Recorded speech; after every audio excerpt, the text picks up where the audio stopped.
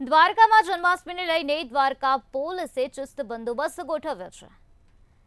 એક SP, 8 DYSP અને 90 PI સહિત 1800 પોલીસનો બંદોબસ્ત ગોઠવી દેવામાં આવ્યો છે। યાત્રીઓની સુરક્ષાને લઈ પોલીસ દ્વારા સતત પેટ્રોલિંગ કરવામાં આવશે। એલસીબી તથા એસઓજી સહિતની ટીમો દ્વારા સતત પેટ્રોલિંગ કરવામાં આવશે। ડ્રોન અને સીસીટીવીની મદદથી ભીડ તથા ચોર ટોળકીઓ પર પોલીસ ચાંપતી નજર રાખશે।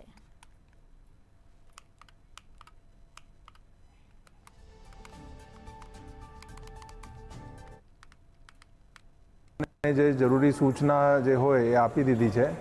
અહીંયા જે પિક પોકેટિંગ જે પણ બનાવ બનતા હોય એના માટે અમારી એલસીબી એસઓજી લોકલ ડી સ્ટાફની ટીમો જે છે ખાનગી ડ્રેસમાં અહીંયા પેટ્રોલિંગ રાખશે।